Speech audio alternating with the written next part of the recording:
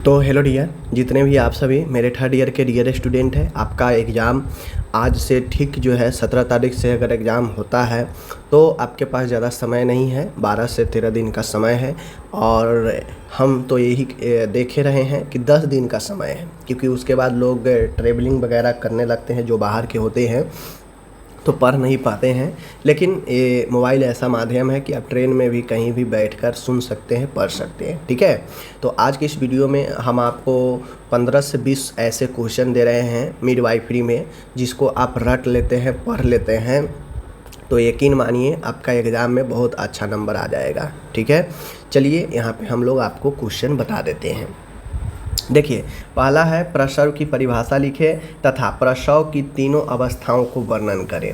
तीनों अवस्था मतलब फर्स्ट, सेकेंड, थर्ड। अब एग्ज़ाम में होता क्या है, आप तीनों पढ़ लेंगे तो इसका फ़ायदा क्या होगा कि एग्ज़ाम में मान गए तीनों में से कोई भी पूछ सकता है, चाहे थर्ड हो, सेकेंड हो, फर्स्ट हो, कोई भी पूछ सकता है और उसका प्रबंध पूछ सकता है। तो प्रबंध तो आसान है। ठीक है, मेनली जो आपको याद होना चाहिए वो इसका अवस्था ही याद होना चाहिए कि कौन सी अवस्था कितने समय का होता है और किस फेज में क्या होता है, ये पता होना चाहिए।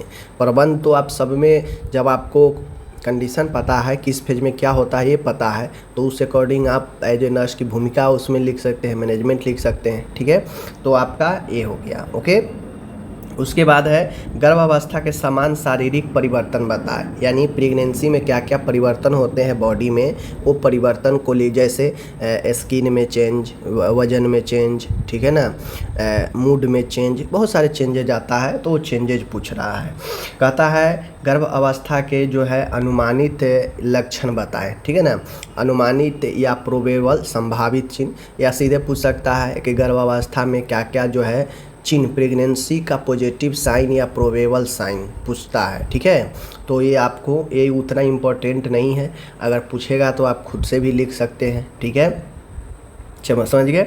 आगे है एएनसी एंटीनेंटल केयर, गर्भवती महिला को प्रसव पूर्व देखभाल में क्या सलाह देंगे और इसका क्या उद्देश्य होता है एंटीनेंटल केयर का। ये क्वेश्चन कई बार पूछा है, तो आप अभी भी कर लीजिएगा। ठीक है, पार्टोग्राफ क्या है, इसका महत्व बनाएं, उपयोग लिखे, शॉर्ट क्वेश्चन, लॉन्ग में पूछेगा तो इसका आरेख बनाने के लिए भी कह सकता है। PIH प्रेगनेंसी इंड्यूस्ड हाइपरटेंशन क्या है, इसके प्रकार और नर्सिंग प्रबंध बताएं। ठीक है, आगे है PPH पोस्टपार्टम हेमरेज क्या है, इसके कारण, लक्षण एवं नर्सिंग प्रबंध बताएं। ठीक है, उसके बाद है प्री एक्लेम्सिया और एक्लेम्सिया का नर्सिंग प्रबंध बताएं। लेकिन ध्यान दीजिएगा, प्री एक्लेम्सिया और एक्लेम्सिया डिटेल से लिखना पड़ेगा, सिर्फ प्रबंध से काम नहीं चलेगा। इसका कारण, लक्षण, ठीक है, और इसका निदान और तब प्रबंध। ठीक है, तो क्वेश्चन में थोड़ा सा मिस्टेक है, टाइपिंग कंप्लीट आप लोग दोनों में जानकारी जरूरी है। ठीक है, दोनों में क्या लक्षण होते हैं, उसके बाद इसका कारण, निदान और तब प्रबंध लिखना पड़ेगा। नवजात शिशु के तुरंत इमीडिएट न्यू बॉर्न केयर, ये बहुत ज़रूरी है, पढ़ लीजिएगा। गर्भाशय के बाहर गर्भधारण यानी एक्टोपिक प्रेगनेंसी क्या है, इसका कारण, लक्षण, उपचार बताएं। ठीक है, गर्भपात एबॉर्शन की परिभाषा, प्रकार और नर्सिंग प्रबंध लिखे। आगे है प्लेसेंटा प्रेविया और एब्रपीटो प्लेसेंटा में क्या अंतर है। एक क्वेश्चन अगर आपसे पूछेगा तो शॉर्ट में पूछेगा। ठीक है, वैसे आप ये क्वेश्चन को छोड़ दीजिएगा। ठीक है ना, पढ़ने से फ़ायदा ये होगा कि अगर शॉर्ट में पूछेगा तो आप लिख सकते हैं। ठीक है, आगे है फैमिली प्लानिंग के अस्थायी एवं अस्थायी विधि का वर्णन करें। स्तनपान के लाभ, शॉर्ट क्वेश्चन के लिए। प्यूरिपेनियम यानी जो प्यूरिपेनियम पीरियड होता है, इस अवधि में माँ की देखभाल, प्यूरिपेनियम होता क्या है पूछेगा। ठीक है, ये भी शॉर्ट क्वेश्चन के लिए है। मासिक धर्मचक्र, ये भी आपको शॉर्ट क्वेश्चन के लिए है।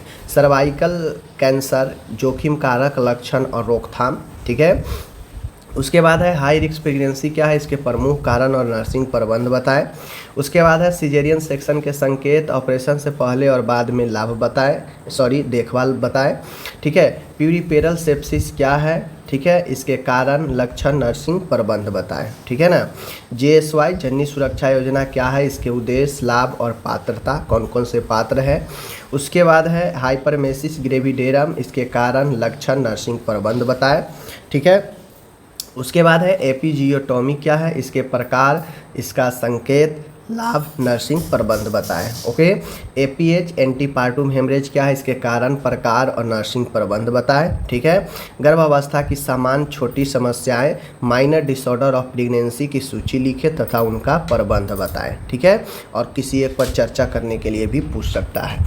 तो माय डियर, ये सारा क्वेश्चन मैं यहाँ पे दिया हूँ, इसमें से बहुत सारे क्वेश्चन आपको याद होंगे, बस आपका दिमाग उस सारे क्वेश्चन पर लगाना है जो आप नहीं पढ़ पाए हैं या जो आपको अच्छे से याद नहीं है। ठीक है, तो चलिए मिलते हैं नेक्स्ट वीडियो के साथ, और इस सारे क्वेश्चन का मैं प्रतिदिन वीडियो में 2 से 3 क्वेश्चन का डिस्कशन करूंगा, तो आपको 7 से 8 दिन में समाप्त हो जाएगा। ठीक है, तो आपको बेहतर तैयारी मिल जाएगा। ओके, धन्यवाद।